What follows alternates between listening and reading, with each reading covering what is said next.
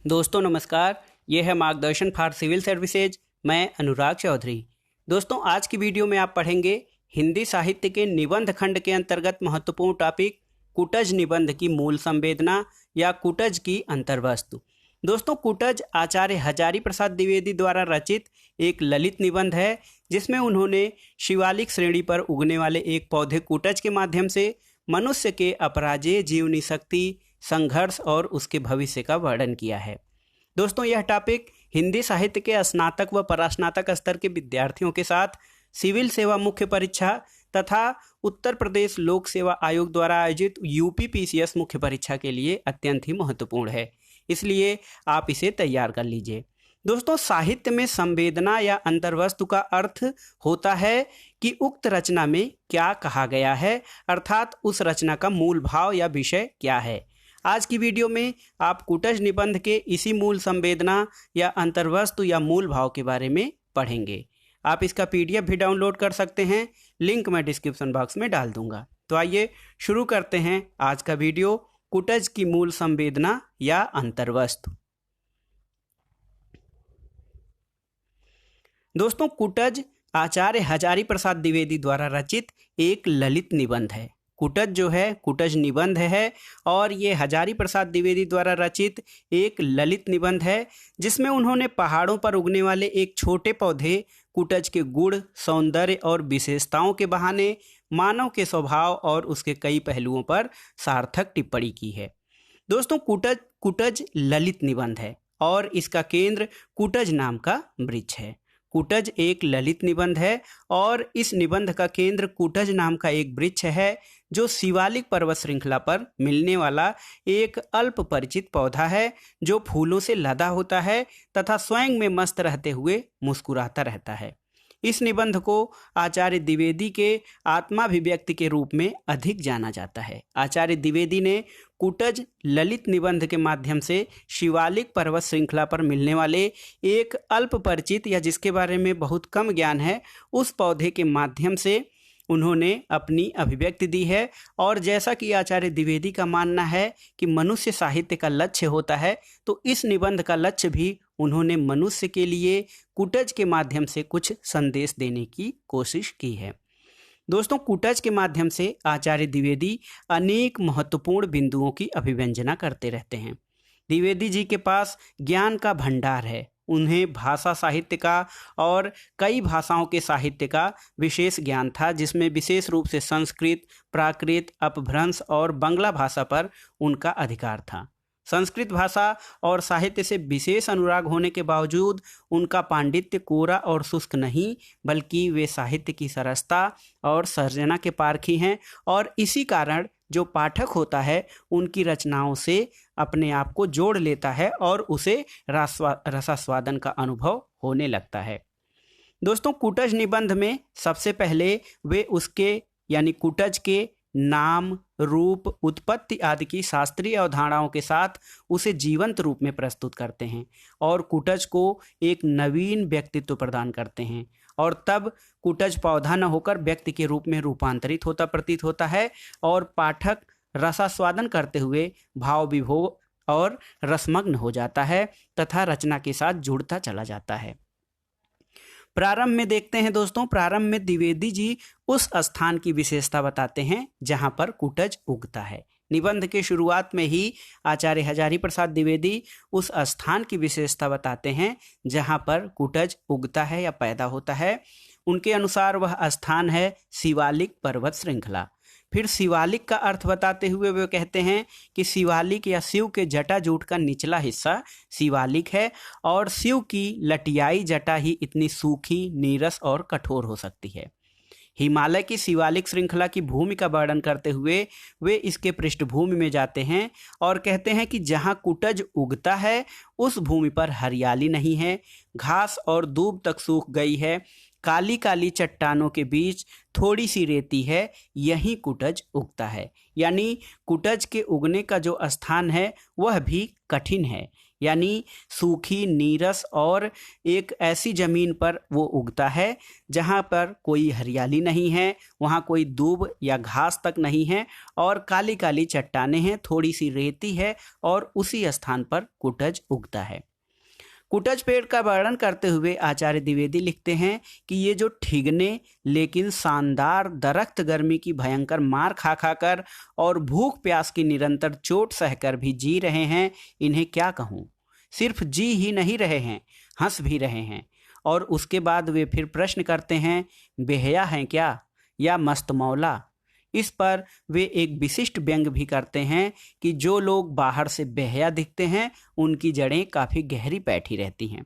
तो ये है आचार्य द्विवेदी के निबंध लेखन की कला और कौशल, यानी एक विषय का वर्णन करने के साथ साथ उसके साथ साथ वो कई अन्य विषयों को भी लेते चलते हैं जो कि पूरी तरह से उससे जुड़ी हुई होती हैं।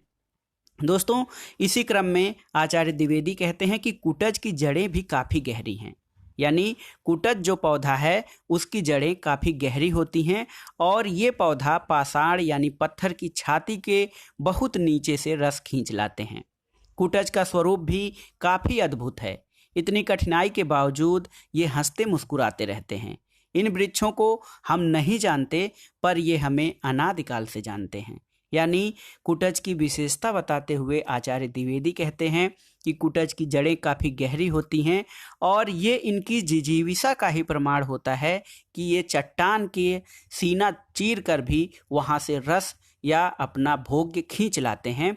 और इसका स्वरूप जो कहते हैं कि वो भी अद्भुत है और इतने कठिन वातावरण में लू गर्मी सहने के बावजूद ये फूलों से लदे होते हैं और हमेशा मुस्कुराते रहते हैं। और साथ ही वो कहते हैं कि इन वृक्षों को हम नहीं जानते लेकिन ये हमें अनादिकाल से जानते हैं।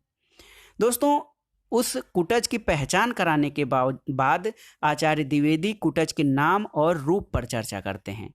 नाम और रूप की चर्चा करते हुए वे कई निष्कर्ष भी निकालते हैं। वे पूछते हैं, बड़ा कौन है, रूप या नाम?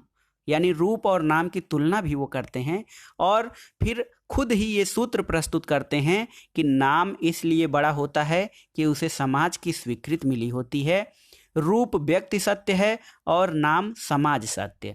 और कुटज निबंध में इस प्रकार से वे कई अन्य बातों की भी विवेचना और उद्घोषणा करते चलते हैं। दोस्तों, आचार्य हजारी प्रसाद द्विवेदी एक भाषा शास्त्री भी हैं। भाषा शास्त्री होने के कारण वे कुटज शब्द की व्युत्पत्ति का भी आकलन करते हैं और इस क्रम में वे कहते हैं कि गिरकूट पर उत्पन्न होने के कारण इसका नाम हो सकता हो कुटज पड़ा हो। इसके अलावा कुटज को वो कहते हैं कि इसकी उत्पत्ति कुट से हुई है और कुट का एक अर्थ घड़ा होता है और दूसरा अर्थ घर होता है, लेकिन घड़े या घर या गमले से इसकी उत्पत्ति का जो सामंजस्य है वो नहीं बैठता।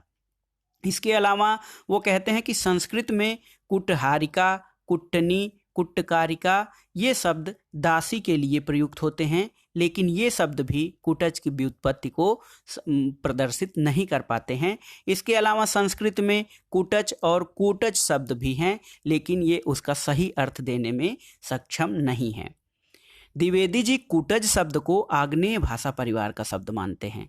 कुटज शब्द की व्युत्पत्ति के बाद वे भाषा परिवार का व्याख्या करते हैं और कहते हैं कि ये आग्नेय भाषा परिवार का शब्द है जो ऑस्ट्रो एशियाटिक परिवार का होगा, जिसे अब कोल भाषा कहा जाता है।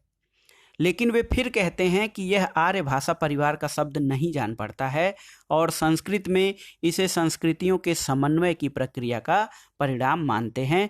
यानी ये कोल भाषा का शब्द है या आर्य भाषा परिवार का शब्द नहीं है, लेकिन संस्कृत में ये शब्द पाया जाता है और संस्कृत में इसे कई संस्कृतियों के समन्वय की प्रक्रिया का परिणाम वो मानते हैं।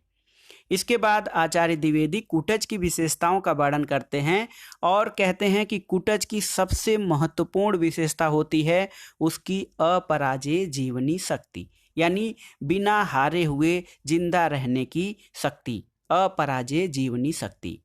कुटज की सबसे महत्वपूर्ण विशेषता है, आप याद रखिएगा, कीवर्ड्स है ये इस निबंध का, कि कुटज की सबसे महत्वपूर्ण विशेषता है उसकी अपराजेय जीवनी शक्ति, और यह उसके नाम में भी है और रूप दोनों में विद्यमान है। यानी कुटज शब्द जो है उसके नाम में और रूप में दोनों में अपराजेय जीवनी शक्ति विद्यमान है, क्योंकि संस्कृत में कई नाम आए और चले गए, लेकिन कुटज बड़ी निर्भीकता से अपने स्थान पर जमा हुआ है। इसके बाद आचार्य द्विवेदी कुटज की कठिन जीवनी शक्ति की प्रशंसा भी करते हैं, जो तमाम विपदा और कठिनाइयों के बावजूद भी जी रहा है, और जी ही नहीं रहा है बल्कि मुस्कुरा रहा है। इस प्रकार कुटज के माध्यम से वे मनुष्य के अपराजेय जीवनी शक्ति की व्याख्या भी करते हैं। इसके कारण ही आनंद और जीवन की प्रेरणा भी है तथा कुटज का यही संदेश भी है। यानी आचार्य द्विवेदी कुटज के अपराजेय जीवनी शक्ति को उसकी प्रमुख विशेषता मानते हैं। इसके अलावा वो कहते हैं कि कुटज की जो कठिन जीवनी शक्ति है वो उसे तमाम विपदा और कठिनाइयों के बावजूद भी जीवित रखती है, और जीवित ही नहीं बल्कि उसे खुश मुस्कुराते हुए जीवित रखती है। और चूंकि आचार्य द्विवेदी के जो निबंध हैं वो सोद्देश्य परक हैं, और उनके निबंधों का या साहित्य का उद्देश्य उन्होंने मनुष्य को माना था, इसलिए वे इसे कुटज के इस भाव को या उसकी कठिन जीवनी शक्ति को मनुष्य से जोड़ते हैं और कहते हैं कि मनुष्य के अंदर भी यही अपराजेय जीवनी शक्ति है, और मनुष्य को इस कुटज से प्रेरणा भी लेनी चाहिए, क्योंकि कुटज का यही संदेश है। साथ ही वह कहते हैं कि जीवन जीना केवल जीवित रहना ही नहीं होता है। कुटज की व्याख्या करते हुए आचार्य द्विवेदी का मानना है कि जीवन जीना केवल जीवित रहना भर नहीं, सारा संसार स्वार्थ के लिए जीवित है, लेकिन समष्टि के हित और सभी के प्रति अपने स्वार्थ का निछावर ही जीवन का सत्य है, और ये बात हमें कुटज से सीखनी चाहिए। और इसी स्वार्थपरकता को छोड़ने की बात, यानी स्वार्थ को त्याग करने की बात पर वे कहते हैं कि कुटज क्या केवल जी रहा है, वह दूसरे के द्वार पर भीख मांगने नहीं जाता। कोई निकट आ गया तो भय के मारे अधमरा नहीं हो जाता। नीति और धर्म का उपदेश देता नहीं फिरता। अपनी उन्नति के लिए अफसरों का जूता नहीं चाटता। अंगूठियों की लड़ी नहीं पहनता। दांत नहीं निपोड़ता। बगले नहीं झाँकता। जीता है और शान से जीता है। काहे वास्ते, किस उद्देश्य से, ये कोई नहीं जानता, मगर कुछ बड़ी बात है, ये स्वार्थ के दायरे के बाहर की बात है। और आचार्य द्विवेदी मानते हैं कि कुटज बड़े उल्लास के साथ घोषणा करता है कि हर चुनौती को स्वीकार करो और कुछ भी हो जाए हार मत मानो। यही कुटज का संदेश और उपदेश है। कुटज अपने स्वार्थ और ढोंग के लिए कुछ नहीं करता, वह जीता है, सबके लिए जीता है, क्योंकि वह निर्भय है और अपराजित है। यानी कुटज निबंध के माध्यम से आचार्य द्विवेदी व्यक्ति को स्वार्थ के दायरे से बाहर निकलने की बात करते हैं। अपने स्वार्थ को लोगों के हित के लिए या जनता के हित के लिए, समष्टि के हित के लिए उसको निछावर या उसको समाप्त करने की बात करते हैं, और कहते हैं कि हर चुनौतियों को स्वीकार करो और कुछ भी हो जाए हार मत मानो। दोस्तों, इस निबंध के माध्यम से आचार्य हजारी प्रसाद द्विवेदी कई मान्यताएं भी रखते हैं। वो कहते हैं कि सुख और दुख मन के विकल्प हैं। सुखी वह है जिसका मन वश में है, और दुखी वह है जिसका मन पर वश नहीं है। और कुटज अपने मन पर सवारी करता है। वो कहते हैं कि कुटज छल, प्रपंच और धोखा इन सब से मुक्त है, क्योंकि वह अपने मन पर सवारी करता है, मन को अपने पर सवार होने नहीं देता है। यानी कुटज का अपने मन पर वश है और वह इन सब से विरक्त है। संसार में जो छल, प्रपंच, धोखा है, इन सब से मुक्त और विरक्त है, इसलिए वो अपने मन पे सवारी करता है और मन को अपने वश में रखता है।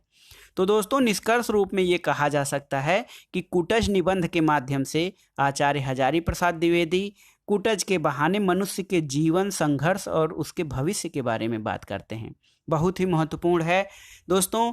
आप कुटज निबंध के मूल संवेदना या अंतर्वस्तु का जो निष्कर्ष लिखेंगे, उसमें आप कह सकते हैं कि कुटज निबंध के माध्यम से आचार्य द्विवेदी कुटज के बहाने मनुष्य के जीवन, संघर्ष और उसके भविष्य के बारे में बात करते हैं।